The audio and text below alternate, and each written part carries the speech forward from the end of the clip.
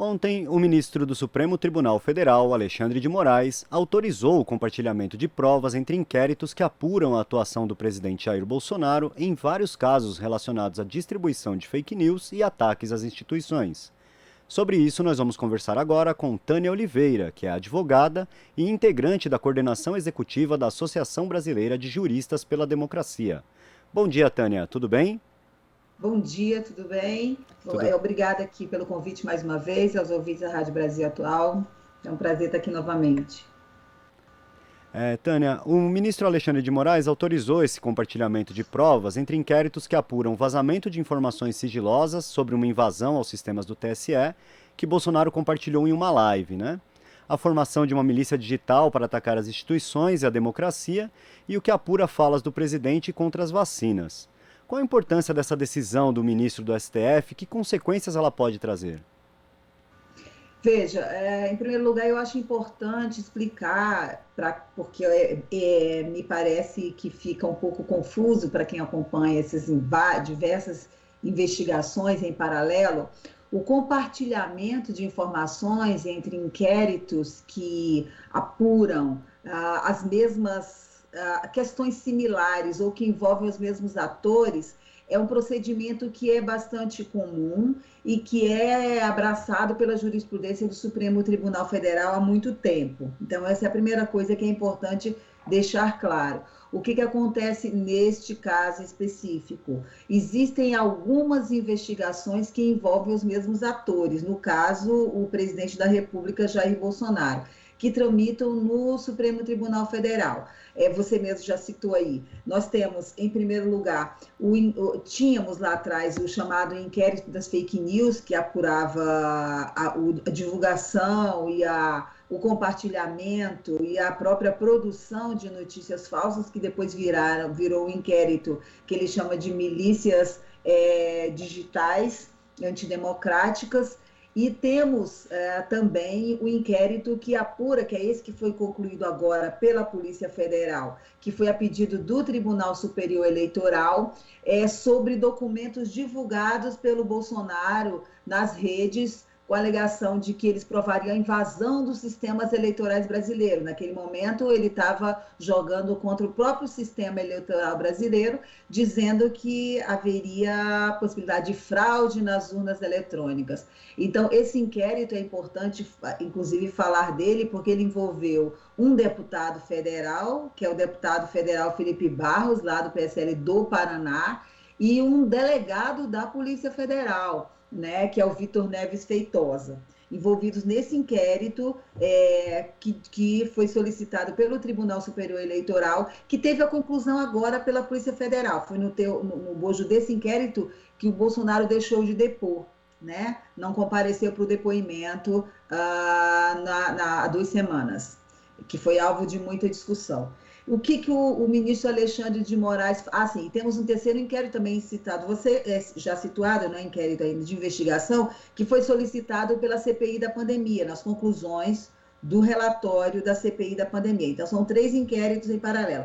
O que o ministro Alexandre de Moraes decidiu foi o compartilhamento, a pedido da Polícia Federal, né, da delegada da Polícia Federal, que conduz aí o inquérito do vazamento de documentos sigilosos. A pedido dela, ele compartilhou os documentos, as provas que já foram produzidas nesse inquérito das milícias digitais antidemocráticas, né? Então, essa foi a decisão dada por ele ontem, de compartilhamento de provas já produzidas em outro inquérito. Por quê? Porque envolve os mesmos atores e trata de fatos que são correlatos, que podem ajudar na conclusão desse inquérito que ela está conduzindo agora. E para complementar uma informação que eu considero muito importante, que os ouvintes saibam, que a sociedade saiba, é que o ministro Alexandre de Moraes, nessa mesma decisão, deu 15 dias para o Procurador-Geral da República, Augusto Aras, a partir da edição do dia 2, né, dizer se pede ou não a instauração de ação para investigar os atos do presidente da República, já que essa competência cabe a ele. É muito importante a gente falar do papel do Augusto Aras, porque ele vem realmente atuando com muita desídia nesses processos todos, de certa forma, segurando as investigações e a instauração de processo contra o presidente da República, apesar dos inúmeros indícios de crimes cometidos. Na avaliação da delegada Denise Ribeiro, que conduz a investigação sobre o vazamento de dados do TSE, houve um crime de Bolsonaro que teria divulgado as informações para alimentar as redes de fake news. Isso, inclusive, já foi visto outras vezes, né? Muitas falas do presidente nas lives ou ali no chamado cercadinho repercutem na forma de uma avalanche de publicações nas redes sociais na sequência, né? Demonstrando aí que parece haver uma conduta combinada. Como que a senhora avalia essa conduta do presidente? Isso é um tipo de atitude que poderia ser enquadrado judicialmente? Pode e deve ser enquadrado judicialmente, fazendo um adendo à sua fala, que nesse caso do inquérito, a gente não tem só uma fala do Bolsonaro, a gente tem a divulgação de informações confidenciais contidas no inquérito da Polícia Federal e o envolvimento direto de um delegado da Polícia Federal que teria passado informações ao deputado federal Felipe Barros e ao presidente da República. Então, quando o Tribunal Superior Eleitoral ele pede ao Supremo Tribunal Federal que proceda a essa investigação, ele não está partindo só de falas aleatórias do Jair Bolsonaro, que ele faz um cercadinho, que ele faz nas redes, embora essas falas também possam configurar crime em tese, sim, né? No momento em que ele insufla e no momento em que ele faz divulgações falsas a respeito dos sistemas, não só do sistema eleitoral, mas das instituições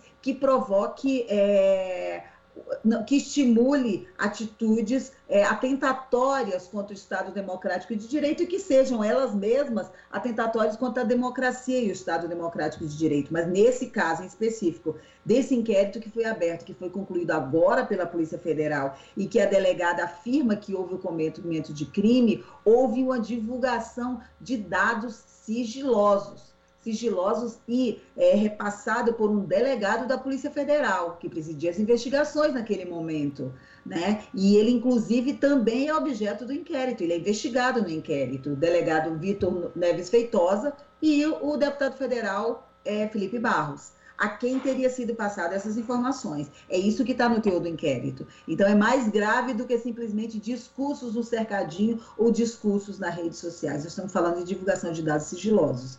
Isso é muito grave. Isso é crime, efetivamente, contra as instituições.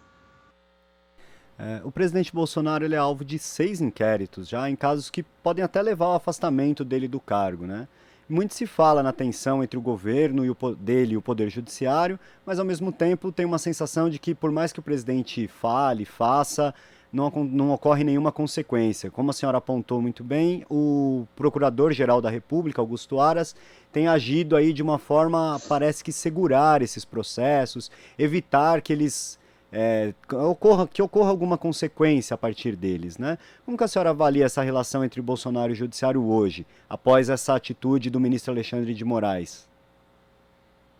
Veja só, nós temos um modelo de funcionamento institucional que, inclusive, é questionado por muitas pessoas aí, pela sociedade, muitas vezes, mas acaba não acontecendo nada. No nosso modelo de funcionamento institucional, cabe ao Procurador-Geral da República solicitar investigação ou ajuizamento, fazer privativamente o ajuizamento de ação contra o presidente da República. É o mesmo questionamento que se faz sobre a competência do presidente da Câmara dos Deputados no recebimento do pedido de impeachment.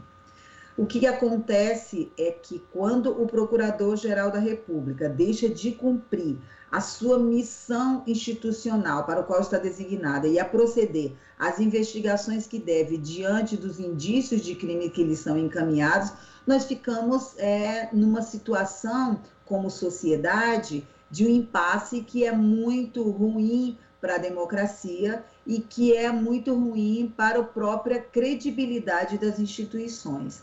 Você falou, nós temos 6 inquéritos hoje 8, né, porque alguns se transformam em outros, né, são acoplados, enfim, contra o Jair Bolsonaro de investigação.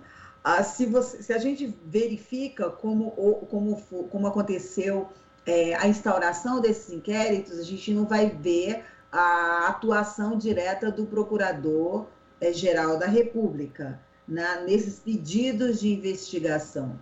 O Augusto Aras, infelizmente, tem tido, até aqui, um papel muito ruim para a democracia, para o funcionamento das instituições, sobretudo para o funcionamento da instituição chamada Ministério Público, porque o papel dele tem sido realmente de frear, de brecar, de segurar essas investigações e não proceder ao ajuizamento de ações de pedido, efetivamente, de ações do Supremo Tribunal Federal, em investigações que têm de sobra elementos de cometimento de crime, em princípio, inclusive por impulso dado por próprios ministros do Supremo Tribunal Federal, que é o órgão que tem competência para processar ações contra o presidente da República.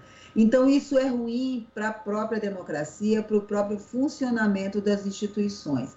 É por isso que eu fiz questão de evidenciar esse prazo que foi dado pelo ministro Alexandre de Moraes ao Procurador-Geral da República, Augusto Aras, de 15 dias, para que ele se manifeste a respeito desse novo momento, do que é trazido pelas conclusões da Polícia Federal de cometimento de crime, nesse caso de apuração dos delitos de informações, divulgação ilegal de informações confidenciais nos autos de inquérito, que investiga o ataque hacker que foi sofrido pelo tribunal lá em 2018, pelo TSE, no caso. Então, é muito importante a gente acompanhar, a sociedade acompanhar, a imprensa acompanhar, a mídia alternativa acompanhar, de forma muito atenta, qual vai ser a manifestação do Augusto Aras em resposta a essa determinação, a esse chamamento aos autos, como a gente fala em direito, do Augusto Aras. Que tipo de manifestação que ele vai apresentar nesse chamamento, porque acho que já chegou a um limite do inaceitável a posição do PGR em tantos indícios de crimes cometidos pelo presidente da República. Tânia, quero agradecer a sua participação aqui no Jornal Brasil Atual. Um bom dia para a senhora. Eu que agradeço, foi um prazer novamente. Bom trabalho para vocês aí, gente. Bom dia. Muito obrigado. Conversamos aqui com a advogada e integrante da coordenação executiva da Associação Brasileira de Juristas pela Democracia, Tânia Oliveira. Você está ouvindo Jornal Brasil Atual. As notícias que os outros não dão.